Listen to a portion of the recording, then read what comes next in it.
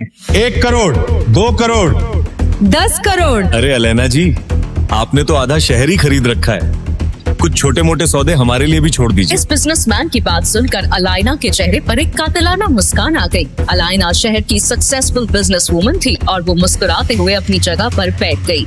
लेकिन तब ये एक आवाज ने वहाँ मौजूद सभी के होश उड़ा दिए। 50 करोड़, सीधा 50 करोड़। ये कौन है? अरे ये तो डिलीवरी बॉय अभिनव है। इसके पास कहाँ से आए 50 करोड़? देखो, इसे कोई पहचान न पाए इसीलिए सज धज के कोट पैंट पहन के आया है। अरे हाँ, 2 दिन पहले ये मेरी ऑफिस पे लंच डिलीवर करने आया था। अरे हमारी कोई इज्जत नहीं है क्या? ऐसे ही कोई ऐरा गहरा इतनी बड़ी नीलामी में कैसे आ गया?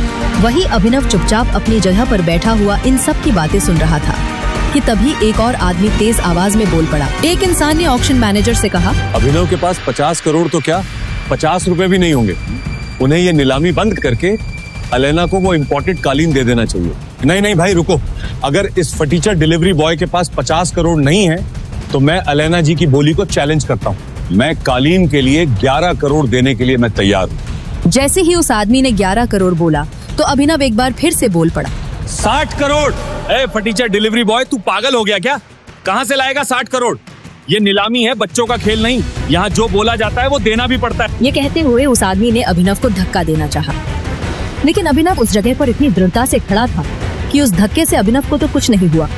लेकिन वो आदमी खुद अपनी जगह से 2 कदम पीछे चला गया और फिर अगले ही पल अभिनव ने अपनी जैकेट से एक चेक बुक निकाली और उस पर 60 करोड़ की राशि डालकर साइन करने लगा। उस चेक को भरते हुए वहाँ मौजूद हर इंसान देख रहा था और सब भौचक्के रह गए थे। सभी को लग रहा था कि अभिनव ने अपनी जेल जाने की पूरी तैयारी कर रखी थी। वो धड़ल्ले से चेक पर 60 करोड़ भर रहा है। अभिनव ने चेक पर अमाउंट भरकर वहां मौजूद नीलामी करवा रहे बैंक के मैनेजर को दिया। एक बार को तो मैनेजर को भी यकीन नहीं हो रहा था कि आखिर 3 करोड़ की चीज को ये अभिनव जैसा डिलीवरी बॉय 60 करोड़ में कैसे खरीद रहा है और क्या सच में इसके अकाउंट में 60 करोड़ है भी या नहीं। मैनेजर ने थोड़ी देर तक उस चेक की जाँच पड़ताल की और जब उसने ऑनलाइन बैंक अकाउंट में बैलेंस देखा तो उसके होश ही उड़ गए। इसके बाद मैनेजर खड़ा हुआ और माइक पर बोला, ये नीलामी यही समाप्त की जाती है और ये विशेष इम्पोर्टेड कालीन 60 करोड़ रुपए में अभिनव जी को दी जाती है। जैसे ही मैनेजर ने माइक से ये अनाउंसमेंट किया तो वहाँ बैठे सब लोगों की आंखें फटी की फटी रह गई। सबसे पीछे खड़ी एक बहुत ही खूबसूरत लड़की मिस अलेना, जिन्होंने 10 करोड़ की बोली लगाई थी, उनके पास किसी का कॉल आया। हेलो, वो इम्पोर्टेड कालीन आपको मिल गई? कोई अभिनव करके कोई डिलीवरी बॉय है जिसने 60 करोड़ की बोली लगाई है। मतलब आजकल डिलीवरी वालों के पास इतने पैसे आ गए हैं कि 5 करोड़ की चीज को 60 करोड़ में खरीद रहा है। अलेना जी, ये सब सोचने से पहले एक बार अभिनव की उंगली में देखिए। उसके बाद अलेना ने अपनी आंखें उठाई और जैसे ही उसकी आंखें अभिनव के दाहिने हाथ में पहनी हुई अंगूठी पर गईं, तो वो पूरी तरह से चौंक गई। उसकी आंखें फटी की फटी रह गईं और उसने चौंकते हुए कहा, टाइगर। टाइगर का नाम सुनते ही अलाइना के होश उड़ गए थे। क्या है टाइगर नाम की सच्चाई? कैसे एक डिलीवरी बॉय के अकाउंट में आए 800 करोड़? क्या है अभिनव का राज? अगर वो इतना पावरफुल है तो क्यों रह रहा है दुनिया के सामने डिलीवरी बॉय बनकर? इन सब सवालों ने इंस्पेक्टर का दिमाग घुमा दिया था। ये वीडियो उसे एक अनजान लड़की ने भेजा था, पर इसके पहले 2 अलग अलग जासूसों ने भी इंस्पेक्टर को अभिनव के बारे में कुछ बताया था। उसे पहले जासूस की बताई कहानी याद करने की कोशिश की। रुक जाओ, वो रेस्टोरेंट हम गरीबों के लिए नहीं है अभिनव। एक बार मेरे कपड़े तो देखो, रोड पे कटोरा पका के भीख मांगने वाली लग रही हूँ।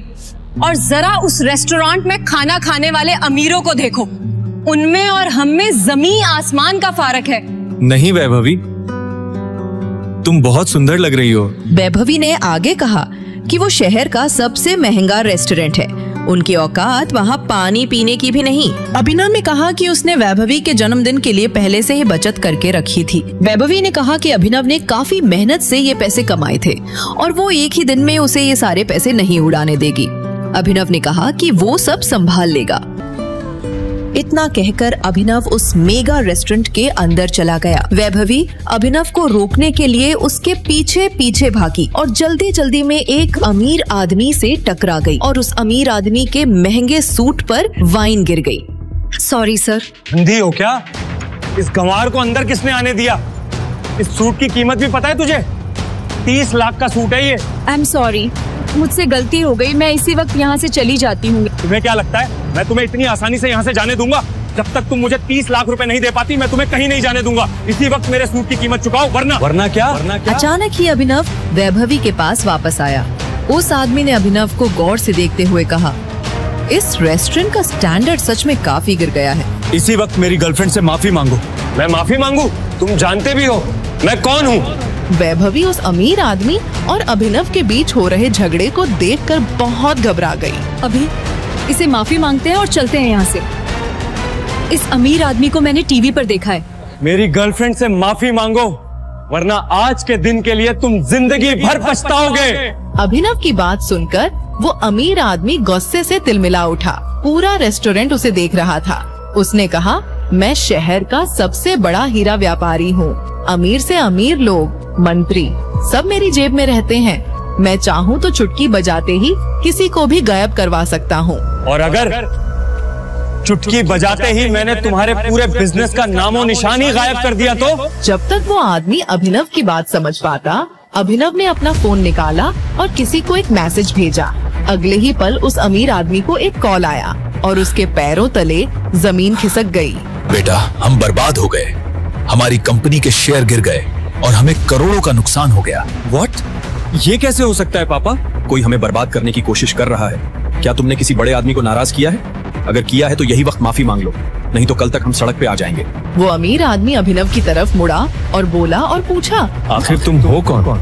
आखिर कौन है अभिनव और क्या है उसकी हकीकत? आखिर कैसे एक सड़क छाप ने उस अमीर आदमी का करोड़ों का साम्राज्य मिनटों में गिरा दिया? इन सब सवालों का जवाब किसी को पता चलता उससे पहले ही अभिनव वहाँ से जा चुका था। और ये तो सिर्फ अभी से जुड़ा एक किस्सा था जो पुलिस इंस्पेक्टर को एक जासूस ने बताया था। पुलिस इंस्पेक्टर को कुछ समझ नहीं आ रहा था क्योंकि एक दिन पहले एक दूसरे जासूस ने इस अभी उर्फ अभिनव के बारे में जो बताया था वो कुछ अलग ही कहानी थी। इस भिखारी को तो मेरा कुत्ता भी घास न डाले। मेरा बॉयफ्रेंड तो भूल ही जाओ। सुना नहीं क्या तूने नल्ले? वैभवी ने तुझे लात मार के भगा दिया है।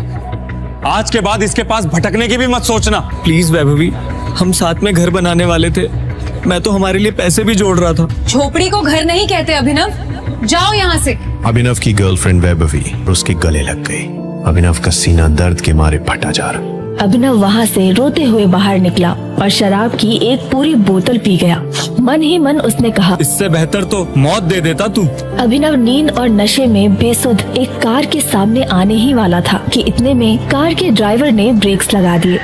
उस कार में गुड़गांव का अमीरजादा सनी सिंह बैठा था। नशे में धुत अभिनव को देख उसने अपने गार्ड से कहा, परफेक्ट, अब आएंगे मजे। इसे डिक्की में डालो और मेरी बहन अनन्या के कमरे में सुला दो। इसका पैंट उतारना मत भूलना। मगर बॉस, ये आदमी जैसा कहा है वैसा ही करना।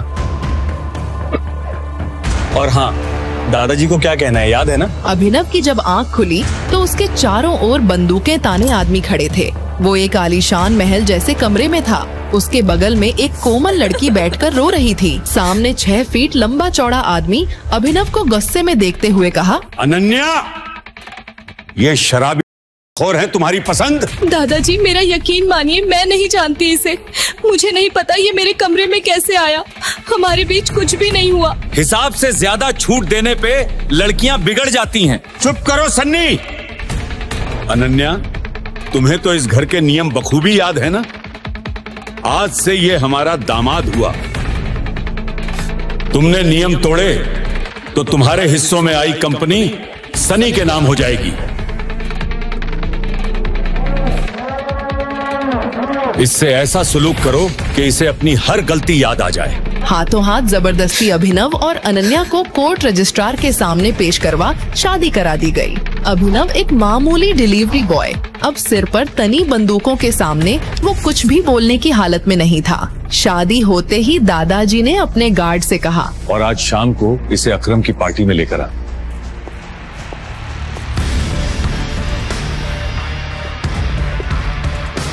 कहीं ज्यादा दर्द तो नहीं लग रहा? दादाजी के आदमियों ने अभिनव के चेहरे का नक्शा ही बदल दिया और फिर उसके बाद हॉस्पिटल ले गए। अभिनव की जिंदगी में 24 घंटे में जितना कुछ हुआ था उतनी उसकी पूरी जिंदगी में नहीं हुआ था। किस्मत का मजाक तो देखो, अकरम की पार्टी में पहुंचते ही अभिनव को वैभवी दिख गई। तुम्हारी शक्ल का कीमा भरता किसने बना दिया? यहाँ कुछ डिलीवरी देने आए हो क्या? वैसे इतनी शानदार पार्टी में तुम्हें देखकर मुझे उल्टी आ रही है। वैभवी अपने मुंह से कुछ और आग उगलती उसके पहले ही अभिनव के पीछे से एक लड़की आई और उसने अभिनव की गाल पर किस करते हुए कहा, बेबी तुम्हें दादाजी बुला रहे हैं। वो लड़की कोई और नहीं अनन्या थी। अनन्या का इतना प्यारा इशारा देख अभिनव चौंक गया। उसे अपने कानों पर भरोसा नहीं हो रहा था। वो कुछ सवाल करता उसके पहले ही अनन्या धीरे से बोली, मेरी मजबूरी थी, ज्यादा खुश होने की जरूरत नहीं है। मेरी कंपनी के निवेशक इस पार्टी में है और उन्हें हमारी शादी के बारे में पता है।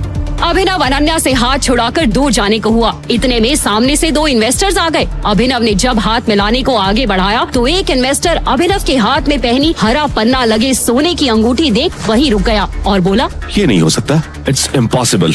अनन्या की कंपनी में इन्वेस्ट करने आए 1000 करोड़ की कंपनी का मालिक अभिनव के सामने अपने घुटनों पर बैठ गया और बोला, हमारे 18 सालों की खोज खत्म हुई, टाइगर। क्यों एक मामूली से डिलीवरी बॉय को इन्वेस्टर्स टाइगर बुला उसके सामने घुटने टेक बैठ गए? ऐसी कौन सी दुश्मनी थी जिसकी वजह से सनी ने अपनी ही बहन के चरित्र पर इतना बड़ा दाग लगाया? क्या अभिनव का कोई राज था? क्या होगा जब अनन्या के सामने खुलेंगे सच के भयानक पन्ने? आखिर कौन है टाइगर? आगे की कहानी जानने के लिए देखें अगला एपिसोड सिर्फ पॉकेट FM के YouTube चैनल पर, और द रिटर्न ऑफ टाइगर के सारे एपिसोड्स को सुनने के लिए डिस्क्रिप्शन में दी लिंक से डाउनलोड करें पॉकेट FM ऐप।